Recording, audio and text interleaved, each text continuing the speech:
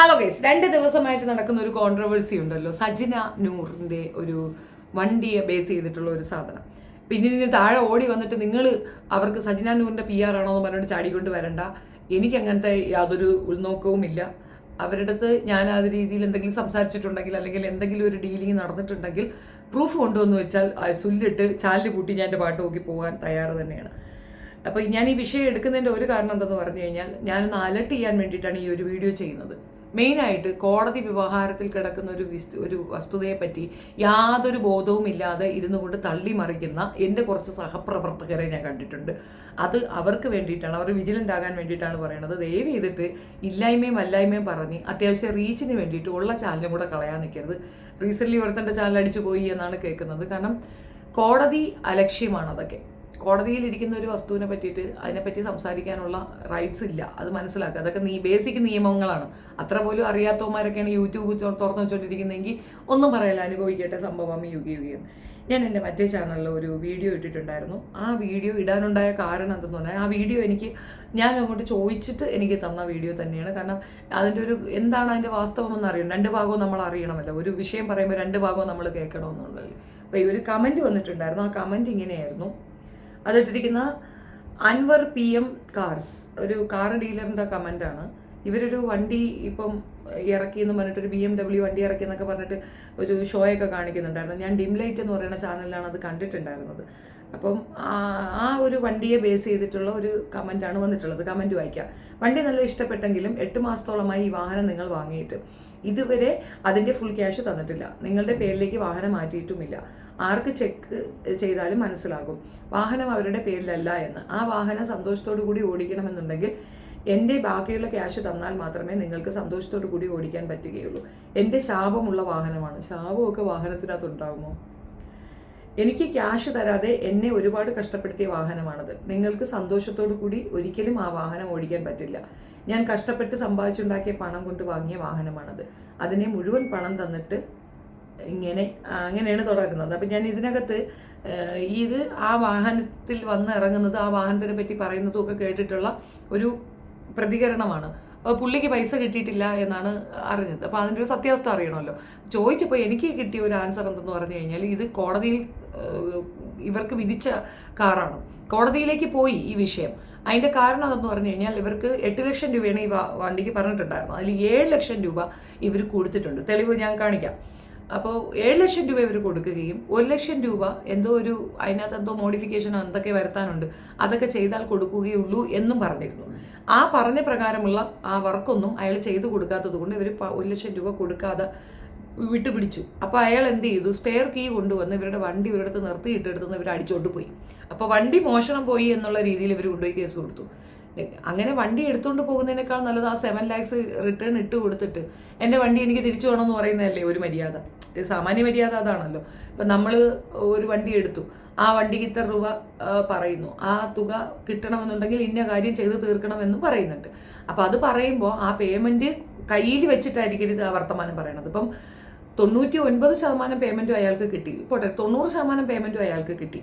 ആ ബാക്കിയുള്ളൊരു 10%. അതിനിങ്ങനെ പബ്ലിക്കിലൊക്കെ വന്ന് മോശം പറഞ്ഞു കഴിഞ്ഞാൽ ഈ പറയുന്ന ഒരു കമൻറ്റ് മാത്രം മതി ഇയാൾക്കെതിരെ കോടതി ലക്ഷ്യത്തിന് പ്രശ്നം വരാം. കാരണം കോടതിയാണ് നിർദ്ദേശിച്ചിരിക്കുന്നത് വണ്ടി അവർക്ക് കൈമാറണം എന്ന്. വണ്ടി അവരുടേതാണ്, അവർക്ക് കൈമാറണം എന്നുള്ളത്.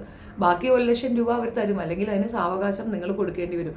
കടിച്ചോ പിടിച്ചോ എന്ന് പറഞ്ഞിട്ട് ഇങ്ങനെ അവരെ ഇൻസൾട്ട് ചെയ്യാനായിട്ട് ഇറങ്ങി നിൽക്കുന്നത് മോശപ്പെട്ട ഒരു രീതിയാണ്. അപ്പോൾ ഇത് കാണുമ്പോൾ പലരും ഇപ്പോൾ വന്നിട്ട് ഉടനെ പറയും ഞാൻ സജിനയ്ക്ക് സപ്പോർട്ട് പറയണം, അല്ലെങ്കിൽ സജിനയുടെ കാര്യം പറയണമെന്ന് പറഞ്ഞുകൊണ്ട് വരുന്നവരടുത്ത് നമ്മളൊരു വിഷയം പബ്ലിക്കിൽ വരുമ്പോൾ അതിൻ്റെ 2 ഭാഗവും കേൾക്കണം എന്നുള്ളതൊരു ധാർമ്മികതയാണ്. ആ ധാർമ്മികതയാണ് ഇവിടെ നടത്തിയിട്ടുള്ളത്.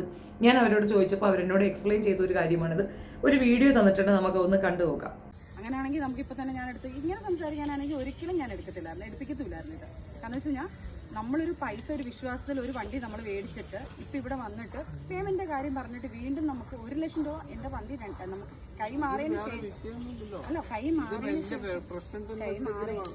അല്ല അതൊക്കെ പറഞ്ഞ സാധനം എനിക്ക് ചെയ്ത് തന്നിട്ടില്ലല്ലോ. ഇത് വേറെ എന്തെങ്കിലും ഒരു ഡീലർ ആണെങ്കിൽ എന്താ ചെയ്യാ? ഞാൻ പറഞ്ഞേക്ക് പിന്നെ അത് കാരണം ഇത് എനിക്കിപ്പോ ഭയങ്കര വൈറലാവാൻ എനിക്ക് വയ്യ. കാരണം വെച്ച് കഴിഞ്ഞാൽ ഇതിപ്പോ സംസാരം തന്നെ ഭയങ്കര മോശമായിക്കൊണ്ടിരിക്കുകയാണ്. വീഡിയോ എടുക്കാൻ പറഞ്ഞാൽ ഞാൻ തെളിവിന് വരുന്നത്, ഞാൻ തെളിവിന് വേണ്ടിയിട്ട് എടുക്കാനാണ് പറഞ്ഞത്.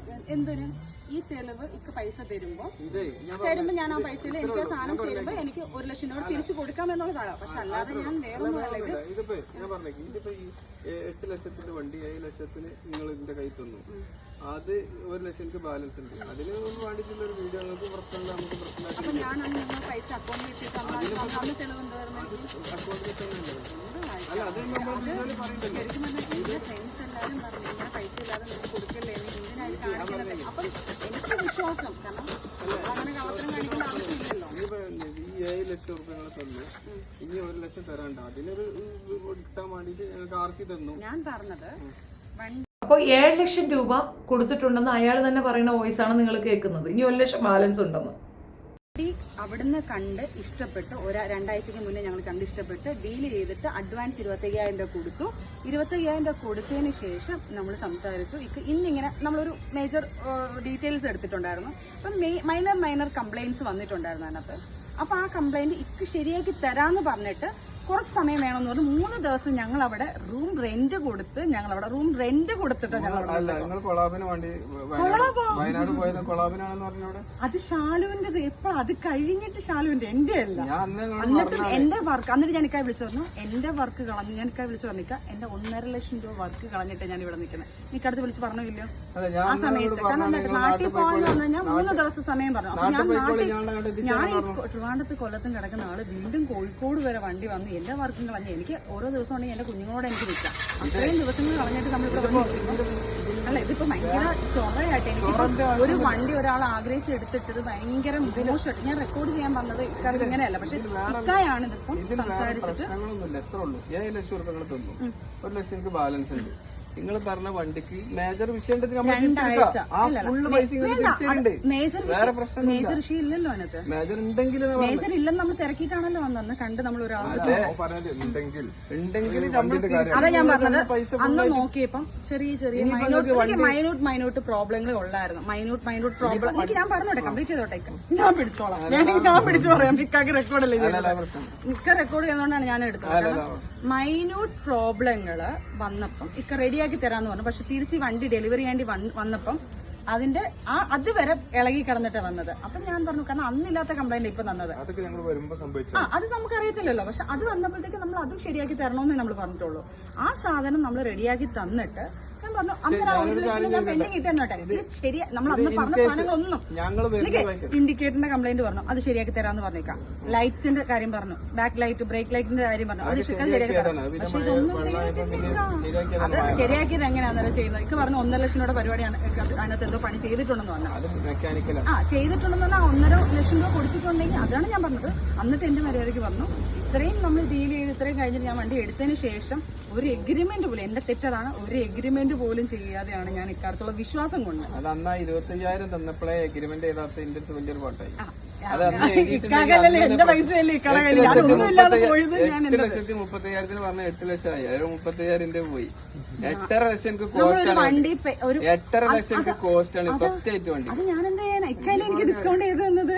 എന്നിട്ട് ഇക്ക തന്നെ കംപ്ലൈന്റ് പറഞ്ഞിട്ട് എന്നിട്ട് ഇക്ക തന്നെ പറഞ്ഞു, ഞാൻ കംപ്ലൈന്റ് പറഞ്ഞപ്പോ ഇക്ക തന്നെ പറഞ്ഞത് ശരിയാക്കി തരാന്ന്. ഞാൻ എന്നിട്ട് ഡീല് ചെയ്തിട്ട് നോക്കേടാ. വണ്ടി കൊണ്ടുപോകാൻ പറ്റൂലല്ലോ. വണ്ടി എനിക്ക് തന്നു കഴിഞ്ഞല്ലോ. ഞാൻ പൈസ തന്നിട്ട് 1 ലക്ഷം രൂപയുടെ കാര്യം എനിക്ക് പെൻഡിങ് ചെയ്യാൻ. വണ്ടി പെൻഡ് ആയി കഴിഞ്ഞിട്ടുണ്ട്. നാളെ വരാൻ പറ്റും? ഇല്ല, എനിക്ക് ഞാൻ പറഞ്ഞു 6-ാം തീയതി വരാം. എനിക്ക് ഇനി അങ്ങോട്ട് എനിക്ക് കാരണം 6-ാം തീയതി കഴിഞ്ഞു വണ്ടി ഉപയോഗിക്കാൻ വെക്കാൻ പറ്റും. എന്റെ വണ്ടി ആയി കഴിഞ്ഞില്ല. ഞാൻ പൈസ തന്നു, 1 ലക്ഷം രൂപയുടെ പെൻഡിങ് ഇക്കടെ വർക്ക് ചെയ്തതിന്റെ ബാലൻസ് വർക്ക് ചെയ്ത് തന്നാൽ 1 ലക്ഷം രൂപ ഞാൻ തിരിച്ചു തരും. വണ്ടി ഇപ്പൊ എന്റെ ആയി കഴിഞ്ഞല്ലോ. ഞാൻ അപ്പൊ ഞാൻ ഈ പറയേണ്ട ആവശ്യമില്ലല്ലോ.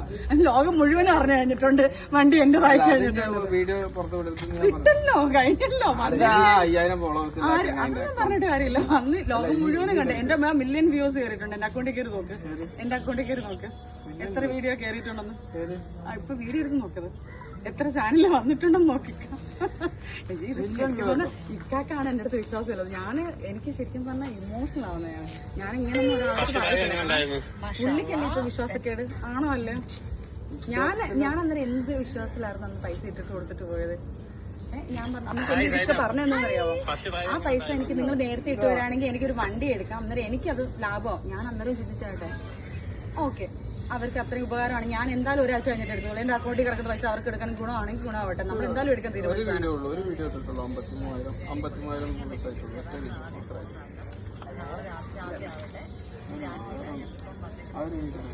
$34K. കുറെ പേര് വേറെ ചാനലും കയറിയിട്ടുണ്ട്. 32K ഇതല്ല. ഇത് ചാനൽ ഔട്ട് ആയിട്ടുണ്ട്.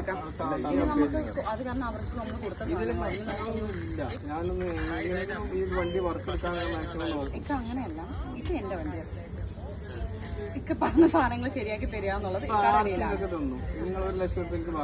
ബാലൻസ് തരാനുള്ളത്. ഇക്ക ആ പെൻഡിങ് വർക്കുകൾ നമ്മൾ പറഞ്ഞ ഓക്കെ പറഞ്ഞ കാരണം വോയിസ് ഒക്കെ ഞാൻ എല്ലാം ഉണ്ട്. ഞാൻ ഫോണിലെല്ലാം ഉണ്ട്. അതെല്ലാം ഇട്ട് തരാം. ഇക്ക തിരിച്ചയച്ചത് അത് ഡീൽ ചെയ്തതിന് ശേഷം ഞാൻ ഇക്ക ദ്രോഹിക്കുകയല്ല. ഇക്ക ഡീൽ ചെയ്തു തരാന്ന് പറഞ്ഞത്. അതിലും ഇക്കക്ക് താങ്ങാൻ പറ്റാത്ത എന്തെങ്കിലും ആണെങ്കിൽ ഈ പറഞ്ഞ സാധനത്തിന് അപ്പുറത്തോട്ട് എന്തെങ്കിലും ഉണ്ടെങ്കിൽ നമുക്ക് നോക്കാം. ഈ പറഞ്ഞ ഇത് വല്ല അത്യാവശ്യം ഒന്നും സംഭവിച്ചിട്ടില്ല. നല്ല തട്ടമുട്ടായിരുന്നെങ്കിൽ ചെയ്യാം. അപ്പൊ എന്താ തട്ടമുട്ടല് കഴിഞ്ഞിട്ടുണ്ടെന്നല്ലോ. അപ്പൊ എന്താ ചെയ്യാങ്ങള് പല സ്ക്രാച്ച് നമ്പർ അപ്ഡേറ്റ് കാര്യങ്ങളൊക്കെ പോയാൽ തുടങ്ങുന്നുണ്ടെങ്കിൽ ഒന്നും വരാൻ പറ്റില്ല. അതാണ് അവസ്ഥ. അപ്പൊ നിങ്ങൾ എന്തെങ്കിലും ഒന്ന് ചെയ്തില്ലൊന്ന് കഴിച്ചില്ലാക്കി ഒന്ന് തിരിച്ചിട്ട് എന്തെങ്കിലും നിങ്ങൾ 6-ാം തീയതിന്റെ ഉള്ളിലായിട്ടൊന്ന് വന്നു കഴിഞ്ഞാൽ ഓടിക്കഴിഞ്ഞാൽ കംപ്ലൈന്റ്. അപ്പൊ നിങ്ങൾ ഷൂട്ടിന് കാര്യങ്ങളൊക്കെ വണ്ടി പോയിട്ടില്ല. എന്റെ വണ്ടി കഴിക്കുന്നില്ല. ഇനിയിപ്പോ എനിക്ക് അങ്ങോട്ടും ഇങ്ങോട്ട് പോകേണ്ടി വെക്കാം. ഞങ്ങൾ അനൗൺസ് ചെയ്യാം. അപ്പൊ ആർക്കൊക്കെ തന്നു ഇനി നമ്മൾ എത്രയും പെട്ടെന്ന് നല്ല രീതിയിൽ നിന്ന് തീർത്ത് രക്ഷപ്പെട്ടു. ഞാൻ നിങ്ങൾ ഒരു രീതിയിൽ ചോദിച്ചിട്ട് ഞങ്ങൾ പോട്ടെ. എനിക്ക് സത്യം പറഞ്ഞ സങ്കടം വരുന്നത് കേട്ടോ. ഇതിനകത്ത് അവർ വ്യക്തമായി പറയുന്നുണ്ട് അവർ പേയ്മെന്റ് കൊടുക്കാൻ തയ്യാറാണ്. അതിനകത്ത് കുറച്ച് കറക്ഷൻ ഉണ്ട്. അത് ക്ലിയർ ചെയ്ത് തന്നു കഴിഞ്ഞാൽ ആൾറെഡി പേയ്മെന്റ് അവർ കൊടുക്കാമെന്ന് പറയുന്നുണ്ട്. ഈ വീഡിയോ കണ്ടിട്ട് നിങ്ങൾ തീരുമാനിക്കുമെന്ന് പറഞ്ഞ് എനിക്കൊരു വീഡിയോ ഇട്ട് തരികയാണ് ചെയ്തിട്ടുള്ളത്. അപ്പോൾ ഇനി ഒരു വിഷയം ഞാൻ പറയാം. ഇപ്പോൾ ദുബായ് ബേസ്ഡ് ആയിട്ട് നടക്കുന്ന ഒരു സെക്സ് മാഫിയ, അതേപോലെ തന്നെ ഈ പറയുന്ന ഗോൾഡ് മാഫിയ, ഈ രണ്ടുപേര് ഹവാല ഇടപാടിനെന്ന് നമുക്കറിയത്തില്ല. ഈ രണ്ട് വിഭാഗത്തിനെ പറ്റിയിട്ടുള്ള നല്ല രീതിയിലുള്ള എവിഡൻസ് ഒക്കെ നമ്മുടെ കയ്യിലുണ്ട്. ഒത്തിരി പേര് അങ്ങനെ ഈ പറയുന്ന ഒരു മൊത്ത ലൂപ്പിലുള്ള സാധനങ്ങളുണ്ട്. അപ്പം എൻ്റെ കയ്യിൽ എൻ്റെ എവിഡൻസ് ഉണ്ട്. അതിന് വേണ്ടിയിട്ട് ഒത്തിരി പേര് അവരുടെ വാക്ക് തന്നിട്ടുണ്ട്. ഒത്തിരി പേരുടെ ഡീറ്റെയിൽസ് വെച്ചിട്ടുണ്ട്. ഞങ്ങൾ അത് വെച്ച് സർക്കാർ തലങ്ങളിലേക്ക് ഞങ്ങൾ അധികാരികളിലേക്ക് സാധനങ്ങൾ എത്തിച്ചു കൊടുത്തിട്ടുണ്ട്. സോ അവരത് ശരിക്കും വർക്ക് ചെയ്യുന്നുണ്ട്. അപ്പം അതിൻ്റെ കൂടുതൽ ഡീറ്റെയിലിംഗ് എനിക്ക് പറയാൻ എനിക്ക് ബുദ്ധിമുട്ടുണ്ട്, സാങ്കേതിക ബുദ്ധിമുട്ടുണ്ട്, മനസ്സിലാക്കുക. പക്ഷേ ഞങ്ങൾ ചെയ്യുന്നുണ്ട്. ഇപ്പം നിങ്ങൾക്ക് ഇപ്പോൾ ഏകദേശം മനസ്സിലായി കാണും എന്തുകൊണ്ടാണ് ഞങ്ങൾക്കൊക്കെ അറ്റാക്ക് നേരിടുന്നത്. പ്രത്യേകിച്ച് എന്നെ അറ്റാക്ക് ചെയ്യുന്നതിൻ്റെ റീസൺ, ഇപ്പോൾ സന്ദീപിനെ അറ്റാക്ക് ചെയ്തതിൻ്റെയൊക്കെ റീസൺ, അതിൻ്റെ ബിഹൈൻഡ് റീസൺ ഇതാണ്. ഞങ്ങളെ തളർത്തി കഴിഞ്ഞാൽ ഈ വിഷയങ്ങൾ അങ്ങ് അടിപ്പെട്ടു പോകും. എന്നിട്ട് അല്ലാത്ത കുറേ യൂട്യൂബേഴ്സ് ഉണ്ട്, കണ്ടന്റ് മാത്രം തിരഞ്ഞു നടക്കുന്ന കുറേ പേരുണ്ട്. അവരെ ചൂസ് ചെയ്തിട്ട് അവരെ കൊണ്ട് വീണ്ടും ഒരു കാര്യവുമില്ലാത്ത ഒരാളെ ഡീഗ്രേഡ് ചെയ്യാനാണ് ഈ കളി നടക്കുന്നത്. വേണമെങ്കിൽ ഞാൻ ഒന്നേന്ന് പറഞ്ഞുതരാം. എനിക്ക് മനസ്സിലായ കാര്യമാണ്. അതുകൊണ്ടാണ് ഞാൻ ഈ വിഷയത്തിൽ കുറച്ച് ബാക്ക് അടിച്ച് നിൽക്കുന്നത്. അതിന് നിങ്ങളൊക്കെ ഞാൻ ഇവർക്ക് സപ്പോർട്ടാണ് അല്ലെങ്കിൽ ഞാൻ ഇവരെ തൂക്കിക്കൊണ്ട് നടക്കണേ. ഞാൻ ആരെയും സപ്പോർട്ട് ചെയ്യേണ്ട കാര്യമില്ല, അവർക്ക് എന്നെ സപ്പോർട്ട് ചെയ്യേണ്ട കാര്യമില്ല. പക്ഷെ കണ്ട കാര്യങ്ങൾ നമ്മൾ പറയുന്നു, അത്രയേ ഉള്ളൂ. ഇതിനകത്ത് അത്രയേ ഉള്ളൂ. എനിക്ക് സജിന പറഞ്ഞതിനകത്ത് ഒരു കാര്യം അംഗീകരിക്കാൻ തോന്നിയത്, അവർ പെട്ടുപോയി. ആ പെടൽ ഇനി ഒരാൾ പെടാതിരിക്കാൻ വേണ്ടി അവരത് ഓപ്പൺ ആയിട്ട് വന്ന് പറഞ്ഞു. അവരതിന് കൃത്യമായ ആക്ഷനും എടുത്തു. അവർ MDMA കഴിക്കുന്നത് അവർ കണ്ട കാര്യം അവർ പോലീസിൽ വിവരം അറിയിച്ചു. നേരിട്ട് പോയി മുഖ്യമന്ത്രിയെ കണ്ട് വിവരം പറഞ്ഞു. അതുകൊണ്ടാണ് റെയ്ഡൊക്കെ വന്നത്. അങ്ങനെ അത്രയും തെളിവോടുകൂടി അവർ കൊണ്ടുകൊടുത്തത് കൊണ്ടാണ് റെയ്ഡ് വന്നത്. അതിന് ഇല്ലാത്തൊരു DRDCയുടെ അക്കൗണ്ട് കൊണ്ടുവന്നിട്ട് ഞാൻ ഡീസൻ്റ് ആണെന്ന് പറഞ്ഞു കഴിഞ്ഞാൽ ഒരിക്കലും അതാകത്തില്ല. അവരുടെ ബ്ലഡിൽ അതുണ്ട്, അവരത് ഉപയോഗിക്കുന്നുണ്ട്. അവർ പുതിയ ജനറേഷനെ തകർക്കുന്ന ഒരു വൃത്തികെട്ട ഇതും കൊണ്ട് നടക്കുന്ന ആളാണ് എന്നുള്ളത് കൃത്യമായി അവർ വന്ന് പറഞ്ഞു കഴിഞ്ഞു. അപ്പം അവിടെ എന്നെ കൊണ്ടുപോയി ഇരുത്തി എന്നെ അവിടുന്ന് രക്ഷിച്ചുകൊണ്ടുവന്നത് പൂക്കുട്ടിയാണ് എന്ന് അവർ പറയുകയും ചെയ്തിട്ടുണ്ട്. ബാക്കി അവരുടെ ക്യാരക്ടർ അസാസിനേഷൻ അതൊക്കെ നിങ്ങൾ ചെയ്തോളൂ. എനിക്കതിനകത്ത് ഇത്രയും കാര്യങ്ങൾ എനിക്ക് ബോധ്യപ്പെട്ട കാര്യമാണ്. എനിക്കത് വളരെ ഇമ്പോർട്ടൻ്റ് ആയിട്ട് തോന്നിയതാണ്. അങ്ങനെ ഒരാൾ സ്വന്തം കരിയർ നോക്കാതെ അല്ലെങ്കിൽ സ്വന്തം ഡാമേജ് നോക്കാതെ വിളിച്ചു പറഞ്ഞിട്ടുണ്ടെങ്കിൽ അതൊരു അഡ്വാൻറ്റേജ് ആയിട്ട് എടുക്കണമെന്നുള്ളതാണ് എൻ്റെ ഒരു അഭിപ്രായം, എൻ്റെ പേഴ്സണൽ അഭിപ്രായം. ഇതിനകത്ത് നടന്ന എന്താണെന്ന് ഞാൻ പറഞ്ഞു തരാം. എനിക്ക് മനസ്സിലായ ഒരു കാര്യം, ഈ പെൺകുട്ടിയെ കൊണ്ട് പല ആൾക്കാരെയും ബ്ലാക്ക് മെയിൽ ചെയ്യിക്കാനുള്ള ഒരു കളിയാണ് നടത്തിയത്. അങ്ങനെയാണ് പ്ലക്കമ്മ ഉൾപ്പെടെ ഇരുന്ന് പറയുന്നില്ലേ, അതൊക്കെ റിവേഴ്സാണ്. നമ്മളവിടെ ആരെയും ബ്ലാക്ക് മെയിൽ ചെയ്യാനും ഒന്നിനും പോയിട്ട് ഇതുവരെയും ചരിത്രമില്ല. നമുക്ക് അതിൻ്റെ ആവശ്യമില്ല. ഉള്ളത് കൊണ്ട് കഞ്ഞി കുടിച്ച് കിടക്കുന്ന ആളാണ്, അല്ലാതെ ഭയങ്കര പടാരിപ്പും ബഹളമൊന്നും കാണിക്കുന്ന വ്യക്തിയുമല്ല. ഇവളെ പോലുള്ള പെൺകുട്ടികളെ കൊണ്ട് ഇത്തിരി അത്യാവശ്യം ഹൈപ്പിൽ നിൽക്കുന്നവരെ ബന്ധപ്പെടുത്തുക, അതിനുശേഷം അവരുമായിട്ട് ശരിക്ക് ഇതുണ്ടാക്കിയെടുക്കുക. എനിക്കതൊന്നും പറയാൻ വയ്യ, അമ്മാതിരി സാധനങ്ങളല്ലേ കേൾക്കുന്നത്. ഗർഭമുണ്ടായി, കൊച്ചുണ്ടാക്കുക, മറ്റേ പ്രൊട്ടക്ഷൻ ഒന്നും ഉപയോഗിക്കാൻ ഇഷ്ടമില്ല എന്ന് പറഞ്ഞുകൊണ്ട് അവരെ അങ്ങനെ നിർബന്ധിക്കുക, അവസാനം കൊച്ചുണ്ടാക്കുക, എന്നിട്ട് കൊച്ചിനെ വെച്ച് ബാർഗെയിൻ ചെയ്യുക, 3 കോടി 3.5 കോടിയൊക്കെ ചോദിക്കുക. ഇതൊക്കെയാണ് അവരുടെ ഒരു രീതി. എന്നിട്ട് ഇതിനകത്ത് അവർക്കും ഇതുണ്ടാകും, പങ്കുണ്ടാകും. ഒരു പകുതി കഴിഞ്ഞപ്പം ഈ ഒരു ഇതിൽ നിന്ന് മാറി അങ്ങോട്ട് കല്യാണം കഴിക്കാമെന്നോ അല്ലെങ്കിൽ അയാളും അവളും തമ്മിൽ നല്ല രീതിയിൽ കോണ്ടാക്ട് ആയി ടേംസ് ആയി അത് പ്രണയത്തിലേക്കൊക്കെ അങ്ങോട്ട് മാറി. പ്രണയമാണ് ശരിയാണോ എന്ന് വെച്ചാൽ ഒരിക്കലും ഞാൻ അംഗീകരിക്കുന്നതല്ല. മറ്റൊരു സ്ത്രീയുടെ പുരുഷനാണ് അത് ചെയ്യുന്നത്, ഒരിക്കലും ശരിയായ നടപടിയല്ല, തെറ്റ് തന്നെയാണ്. പക്ഷെ അതിലേക്ക് എത്തിയപ്പോൾ പുള്ളിക്കാരത്തി നോ പറഞ്ഞു, താല്പര്യമില്ല, എനിക്കിങ്ങനെ അയാളെ ബ്ലാക്ക്മെയിൽ ചെയ്യാൻ താല്പര്യമില്ല എന്ന് പറഞ്ഞെടുത്ത് ഇവളുടെ ക്യാരക്ടർ മൊത്തത്തിൽ അങ്ങോട്ട് നശിപ്പിക്കുകയും ഇവളെ ബ്ലാക്ക്മെയിൽ ചെയ്യുകയാണ് നടന്നിട്ടുള്ളത്. അത് അത്രത്തോളം പ്രശ്നമാക്കാൻ വേണ്ടിയിട്ട് അവളുടെ എക്സ് ഹസ്ബൻഡ്, ഇപ്പം അവളെക്കുറിച്ച് പറയുന്നവരൊന്ന് ഓർത്തോണം, ഈ ഫിറോസുമായിട്ട് അവർക്ക് ബന്ധമില്ല, അവർ സെപ്പറേറ്റഡ് ആയിട്ടുണ്ട്. അവരത് പബ്ലിക്കിൽ പറഞ്ഞിട്ട് നിൽക്കുന്ന സ്ത്രീയാണ്. അവർ അയാളുടെ വീട്ടിൽ നിന്ന് അയാളുടെ നെഞ്ചിൽ നിന്ന് ഇറങ്ങി പോയല്ല വേറൊരിടത്ത് ഇതുപോലത്തെ പരിപാടി ചെയ്തിട്ടുള്ളത് ഉണ്ടെങ്കിൽ തന്നെ ചെയ്തിട്ടുണ്ടെങ്കിൽ. അപ്പോൾ അങ്ങനെയുള്ള ഒരാളുടെ കയ്യിലേക്ക് ഇവരുടെ എല്ലാം കൊണ്ട് കൊടുത്ത് അയാൾ അവിടെ ഇരുന്നുകൊണ്ട് ഏരവാദം പറയുകയാണ്. രണ്ടാമത്തെ പെണ്ടാട്ടിയായ സജിന ഇങ്ങനെ ചെയ്തു എന്ന് പറഞ്ഞിട്ട് മോങ്ങാണ്. ആദ്യത്തെ പെണ്ടാട്ടിയെക്കുറിച്ച് അയാൾക്ക് വേദനയില്ല, ഓർമ്മയില്ല, അതിലുള്ള കുട്ടിയെ പറ്റി ഓർമ്മയില്ല, ഒന്നുമില്ല. അയാളാണ് ഈ പെണ്ണ് ഇങ്ങനെ ഒരു രീതിയിൽ മോശമായി പോകാനൊരു കാരണമാണ് എനിക്ക് മനസ്സിലായത്. അതുകൊണ്ടാണ് ഞാൻ അയാൾക്കെതിരെ പറഞ്ഞിട്ടുണ്ടായിരുന്നത്. ഇനി വിഷയത്തിലേക്ക് വരാം. അപ്പോൾ ഇവളെ കൊണ്ട് ഇനി ബ്ലാക്ക് മെയിലിംഗ് നടക്കില്ല എന്ന് മനസ്സിലായ മാളം MDMA സിന കൂക്കി എന്ത് ചെയ്തു, ഇത് അവളെ ഡീഗ്രേഡ് ചെയ്യാൻ വേണ്ടിയിട്ട് ഒരു ആൾക്കാരെ വെച്ചു. ഇപ്പം തന്നെ നിങ്ങൾ എനിക്ക് നേരെ വന്ന ആ ഒരു ഇത് കണ്ട നിങ്ങൾക്ക് മനസ്സിലാകുന്നതാണ്, PR വർക്കാണ്. അല്ലാതെ യൂട്യൂബേഴ്സ് എന്ന് പറയുമ്പോൾ നമ്മൾ കുറേ ശത്രുക്കൾ ഉണ്ടായിരുന്നു, അവരെടുത്തു. അല്ലാതെ ജെന്യുവനായിട്ട് നിന്ന കുറേ പേർക്ക് എന്താ കാര്യം മനസ്സിലായേ, നമ്മൾ പറഞ്ഞതിൽ കഴമ്പുണ്ടെന്നല്ലേ മനസ്സിലായിട്ടുള്ളത്. അപ്പോൾ PR വർക്കിൽ കൂടെ അവളെ അങ്ങോട്ട് ഇടിച്ചു താക്കാനായിട്ട് നോക്കി. അവൾ അതിൽ നിന്ന് അതൊക്കെ ഇഗ്നോർ ചെയ്ത് അവളെ പാടേ നോക്കി ജീവിച്ച് മുന്നേറി വരുന്നുണ്ട്. പിന്നെ ചെയ്ത തെറ്റിൻ്റെ ഡെപ്ത് അവൾക്ക് ഇപ്പം മനസ്സിലാവത്തില്ല. കുഞ്ഞുങ്ങൾ വളർന്ന ശേഷം കുട്ടികൾ പറയും, കുട്ടികൾക്ക് അപമാനം ഉണ്ടാകുമ്പോൾ മാത്രമാണ് നമുക്കിപ്പോൾ കിട്ടിയ സൗകര്യമൊന്നുമില്ല, ഒന്നുമല്ല, നമ്മുടെ കുഞ്ഞുങ്ങൾക്ക് അനുഭവിക്കാൻ പോകുന്ന ബുദ്ധിമുട്ടോ അവൾക്ക് ഇപ്പോൾ പിടികിട്ടത്തില്ല, അവൾക്ക് ഫ്യൂച്ചറിൽ മനസ്സിലാകും എന്നുള്ളതാണ്. അത് നമ്മൾ പറഞ്ഞു കൊടുത്തിട്ടും കാര്യമൊന്നുമില്ല, ഞാൻ വിട്ടു. അപ്പോൾ ഈ ഒരു വിഷയത്തിൽ ഇങ്ങനെ കുറേ കാര്യങ്ങൾ അടിപെടുന്നുണ്ട്.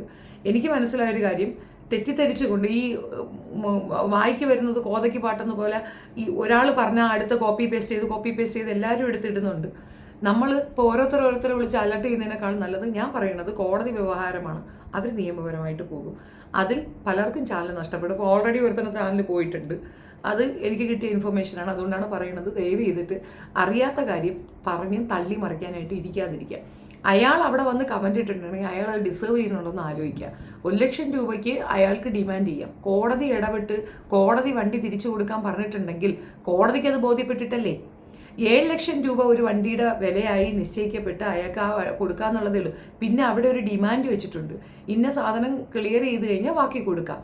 അതിനകത്ത് ഇപ്പോൾ എന്തോ പ്രശ്നം? അപ്പോൾ അങ്ങനെ അങ്ങ് കൊടുത്ത് വാങ്ങിക്കുന്നതിന് പകരം എൻ്റെ ശാപമുണ്ട്, എൻ്റെ മണിയുണ്ടെന്നൊക്കെ വന്ന് അവിടെ എഴുതുമ്പോൾ കോടതി ലക്ഷ്യത്തിന് ഇവനും കാര്യങ്ങൾ ഇത് വേണ്ടി വരും. അപ്പോൾ കോടതിയിലേക്ക് വിഷയം പോകാനുള്ള കാരണം അവനെ പറ്റിക്കുക ചതിക്കുക ഒന്നുമല്ല. അവൾക്ക് കൊടുത്ത വാഹനം 7 ലക്ഷം രൂപ വാങ്ങിച്ചെടുത്തിട്ട് അവള് രണ്ടാമത്തെ സ്പെയർ കീ വെച്ച് അവളൊരു പ്രോഗ്രാം പാർട്ടിസിപ്പേറ്റ് ചെയ്യാൻ പോകുന്ന സമയത്ത് വണ്ടി എടുത്തുകൊണ്ട് പോയി കളഞ്ഞു. വണ്ടി എടുത്തുകൊണ്ട് പോകുമ്പോൾ വണ്ടിക്കകത്ത് എന്തെല്ലാം സാധനങ്ങൾ ഉണ്ടാകും, ജുവൽസ് ഉണ്ടാകും, ഒത്തിരി പ്രീഷ്യസ് ഐറ്റങ്ങൾ ഉണ്ടാകും. ഇനി ഇല്ലെങ്കിൽ പോലും അത് കുറച്ച് പൊലിപ്പത്തിന് വേണ്ടി അവർ വെക്കുക തന്നെ ചെയ്യും, സ്വാഭാവികമായിട്ട് വെക്കും. അതായിരിക്കും അവർ വെച്ചിട്ടുണ്ടാവുക. ഇനിയിപ്പോൾ അതെന്താണെന്ന് ഞാൻ ചോദിക്കാൻ പോയിട്ടില്ല, എനിക്ക് അതിന് താല്പര്യമില്ല. ഈ പറഞ്ഞ വിഷയത്തിൽ എനിക്ക് തോന്നുന്നത് രണ്ടുപേരെ ഭാഗത്തും കുഴപ്പമുണ്ട്. ആ 1 ലക്ഷം രൂപ കൊടുക്കാൻ അവർ തയ്യാറാവുക, അല്ല എങ്കിൽ വണ്ടി തിരിച്ചു കൊടുത്തിട്ട് ആ 7 ലക്ഷം രൂപ തിരിച്ചു വാങ്ങിക്കുക. പറ്റത്തില്ല. അല്ലെങ്കിൽ അതിനകത്ത് ഇത്രയും ദിവസം ഉപയോഗിച്ചതിൻ്റെ ഒരു റേറ്റ് എന്ന രീതിയിൽ ഒരു തുകയും കട്ട് ചെയ്തിട്ട് ബാക്കി പൈസ വാങ്ങിച്ച് വേറെ നല്ലൊരു വണ്ടി എടുത്തില്ല. 6.5 ലക്ഷം രൂപയൊക്കെ ഉണ്ടെങ്കിൽ ഒരെണ്ണം ലോണിൽ നല്ല വണ്ടി കിട്ടത്തില്ലേ? എന്തിനാ ഈ സെക്കൻഡ് ഹാൻഡൊക്കെ എടുക്കാൻ പോകുന്നത്? നല്ലൊരു വണ്ടി എടുക്കുകയാണ് വേണ്ടത്, എൻ്റെ ഒരു അഭിപ്രായമാണ്. അയാൾ നാട് നീളെ നടന്ന് കരയുന്നതിന് പകരം അല്ലെങ്കിൽ സുനായ്ക്കൊപ്പം ചേർന്ന് അവളെ എപ്പോൾ അങ്ങ് തീർക്കാം എന്ന് പറഞ്ഞുകൊണ്ട് ഇറങ്ങി നിൽക്കുമ്പോൾ ഒന്ന് ഓർത്തുകൊള്ളുക, ചില സ്ഥലങ്ങളിലെങ്കിലും അവൾ ഒരു കാര്യം നന്മയുടെ പ്രവൃത്തി ചെയ്തിട്ടുണ്ട്. അല്ലാതെ കുട്ടികളെ ഇപ്പോൾ പുതിയതായിട്ട് മോഡലിങ്ങിലേക്ക് മറ്റും വരുന്ന പെൺകുട്ടികളെ കൊണ്ടുപോയി കൂട്ടിക്കൊടുക്കാനായിട്ട് അവൾ പ്രൊമോഷൻ നടത്തിയിട്ടില്ല. അങ്ങനെ ഒരു സംഗതി ഉണ്ടെന്നും ഈ ഫീൽഡ് അത്രയും ഡേഞ്ചറസ് ആണെന്നുമാണ് അവളുടെ ലൈഫിൽ കൂടെ അവൾ മറ്റുള്ളവർക്ക് പറഞ്ഞു കൊടുത്തിട്ടുള്ളത്. അപ്പോൾ അത് ഒരു നന്മയായിട്ട് അംഗീകരിക്കുകയാണ് വേണ്ടതെന്നാണ് എനിക്ക് പറയാനുള്ളത്. പിന്നെ ബാക്കി ഇനിയിപ്പം പിന്നെ റസൂൽ പൂക്കുട്ടിയുടെ വിഷയമൊക്കെ സംസാരിക്കേണ്ടത് റസൂൽ പൂക്കുട്ടിയുടെ വൈഫാണ്. റസൂൽ പൂക്കുട്ടിയുടെ വൈഫ് എനിക്കിങ്ങനെ ഒരു ബുദ്ധിമുട്ടുണ്ടായിട്ടുണ്ട്, എനിക്ക് ഭയങ്കര സങ്കടമുണ്ടെന്ന് ഒരു വാക്ക് പറഞ്ഞാൽ സജിന പിന്നെ നന്നായിട്ട് കേൾക്കും. പക്ഷെ അവർക്ക് അവരവിടെ മൗനം പാലിക്കുമ്പോൾ അവരറിഞ്ഞുകൊണ്ടുള്ള ഇതാണ്. സജിനയ്ക്ക് അവിടെ നല്ല ആക്സസ് ഉണ്ടായിരുന്നു, ആ വീട്ടിലേക്ക് നല്ല അക്സെപ്റ്റൻസ് ഉണ്ടായിരുന്നു. പിന്നെ അത് മാത്രമല്ല, ഇസ്ലാം കാഴ്ചപ്പാടിൽ ആദ്യത്തെ ഭാര്യയ്ക്ക് എന്തെങ്കിലും ട്രബിൾസ് ഉണ്ടെങ്കിൽ രണ്ടാമതൊന്നിന് വിവാഹം കഴിക്കാൻ അയാൾക്ക് വലിയ ഒബ്ജക്ഷനൊന്നും ഇല്ല എങ്കിൽ നോ ഇഷ്യൂസ് അറ്റാൽ. പിന്നെ ഇവർ തമ്മിലുള്ള കമ്മ്യൂണിക്കേഷനോ അതോ ഇതോ ഒക്കെ പുറത്തേക്ക് വരുന്നുണ്ടെന്നൊക്കെ പറയുന്നുണ്ട്. അതിനെപ്പറ്റിയൊന്നും എനിക്കറിയില്ല, എൻ്റെ ഡെപ്തിൽ അറിയത്തില്ല. ഈ വിഷയം കണ്ടിട്ട് ഇതിനെപ്പറ്റി വീഡിയോ ചെയ്യുമ്പോൾ എന്ന് ചോദിച്ചത് കൊണ്ട് മാത്രം ഇതിൻ്റെ സത്യാവസ്ഥ എന്തെന്ന് ചോദിച്ചപ്പോൾ എനിക്ക് കിട്ടിയ ഇൻഫർമേഷനാണ് ഞാൻ പാസ് ചെയ്തത്. ആൻഡ് ആക്ച്വലി ഈ പറയുന്ന ആൾക്കാർ അപ്പുറത്ത് നിന്നുകൊണ്ട് യൂട്യൂബേഴ്സിനെ ചതിച്ചുകൊണ്ട് അവർക്ക് ഇത് കൊണ്ടുവന്ന് കൊടുത്ത് അവരെ കൊണ്ട് ഇത് ചെയ്യിക്കുമ്പോൾ തുമ്പിയെ കൊണ്ട് കല്ലെടുപ്പിക്കുന്ന പോലെയാണ്. നിങ്ങളുടെ ചാനലിനായിരിക്കും നഷ്ടം വരിക, വേറെ ഒന്നുമല്ല. നിങ്ങളായിരിക്കും പ്രസന്റിൽ നിൽക്കുക. പിന്നിൽ നിന്ന് കളിക്കുന്നവർ അവിടെ പിന്നിൽ നിൽക്കേ ഉള്ളൂ. അവർക്ക് മുന്നിൽ നിന്ന് കളിക്കാൻ പറ്റില്ല എന്ന് നമ്മൾ പബ്ലിക്കായിട്ട് തെളിയിച്ച കാര്യമാണ്. ഒരു ഉണ്ടേം പറ്റത്തില്ല. കയ്യിലിരിപ്പ് അത്രയ്ക്കുണ്ട്. അത്രയും വലിയൊരു ക്രിമിനലാണ്. ആ ക്രിമിനലിനെ വിശ്വസിച്ചിട്ട് ഇപ്പുറത്ത് നിൽക്കുന്നവരെ പകയ്ക്കാൻ നിന്നാൽ ഞങ്ങളൊക്കെ നിൽക്കുന്ന ഒരു കോസിന് വേണ്ടിയിട്ടാണ്. സമൂഹത്തിൽ ഏറ്റവും മോശപ്പെട്ട ഒരു സാധനമാണ് MDMA കച്ചവടവും പെണ്ണ് കൂട്ടിക്കൊടുപ്പും അതേപോലെ സ്വർണ്ണക്കടത്തും. സ്വർണ്ണക്കടത്ത് പിന്നെയും നമുക്ക് ക്ഷമിക്കാമെന്ന് പറയാം. പക്ഷേ സ്വർണം പിടിച്ചു കഴിഞ്ഞാൽ പോലീസ് അവിടെ പൈസ അടപ്പിച്ചിട്ടേ കൊടുത്തു വിടുകയുള്ളൂ. അങ്ങനെയെങ്കിലും നമുക്ക് ക്ഷമിക്കാമെന്ന് പറയും. പക്ഷെ മറ്റേത് രണ്ടും ഒന്നും അറിയാത്ത പൊടിപാലവന്മാർ, അടുത്ത തലമുറയാണ് അവർ ടാർഗറ്റ് ചെയ്യുന്നത്. ഒന്നും അറിയാതെ കുട്ടികൾ അതിനകത്ത് പോയി പെടുന്നുണ്ട്. MDMA കഴിച്ചിട്ട് കുട്ടികളൊക്കെ അനുഭവിക്കുന്ന ബുദ്ധിമുട്ട് നമ്മൾ കാണുന്നതല്ലേ. നമ്മുടെ സമൂഹത്തിൽ നമ്മുടെ അടുത്ത തലമുറയ്ക്ക് നമുക്ക് ചെയ്യാൻ കഴിയുന്നത് അതൊക്കെയാണ്. ഇത്തരത്തിന് കാര്യങ്ങൾക്കെതിരെ ശക്തമായി നിലകൊള്ളുക എന്നുള്ളത്, ഇത്തരത്തിലുള്ള വൃത്തികേടുകൾ പറഞ്ഞുകൊണ്ട് മുന്നോട്ട് വരുന്നവരെ അകറ്റി നിർത്തുക എന്നുള്ളതൊരു ധാർമ്മിക ഉത്തരവാദിത്തമാണ്. അത് മനസ്സിലാക്കുക എന്നുള്ളതാണ്. എനിക്ക് കിട്ടിയൊരു ഇൻഫർമേഷൻ പാസ് ചെയ്തു. എനിക്ക് വേണമെങ്കിൽ ഇത് രഹസ്യമായിട്ട് വെച്ചേക്കാം. ബട്ട് എനിക്കിത് പുറത്തേക്ക് പറയണമെന്ന് തോന്നി. ഞാൻ പറഞ്ഞല്ലോ, ആർക്ക് വേണമെങ്കിലും ഇത് മനസ്സിലാക്കാനുള്ള ഒരു ചെറിയ കാര്യമാണ്. പിന്നെ സജിനയെ ഞാൻ തൂക്കി വെച്ചോ, ഞാൻ പ്രൊട്ടക്ട് ചെയ്തോന്ന് വെച്ചാൽ എനിക്കതിൻ്റെ ആവശ്യമൊന്നുമില്ല. എനിക്ക് അവരുടെ ഒരു രീതിയിലുള്ള സഹകരണത്തിനും താല്പര്യവുമില്ല. പക്ഷേ സത്യത്തിൻ്റെ കൂടെ നിൽക്കുകയാണ് എന്ന് പറഞ്ഞാൽ, മാപ്പുസാക്ഷിയാകാൻ തയ്യാറാണെന്ന് പറഞ്ഞാൽ ഞാൻ അവർക്കൊപ്പം നിൽക്കും എന്നുള്ള തർക്കവും വേണ്ട. അത്രയേ ഉള്ളൂ. നന്ദി.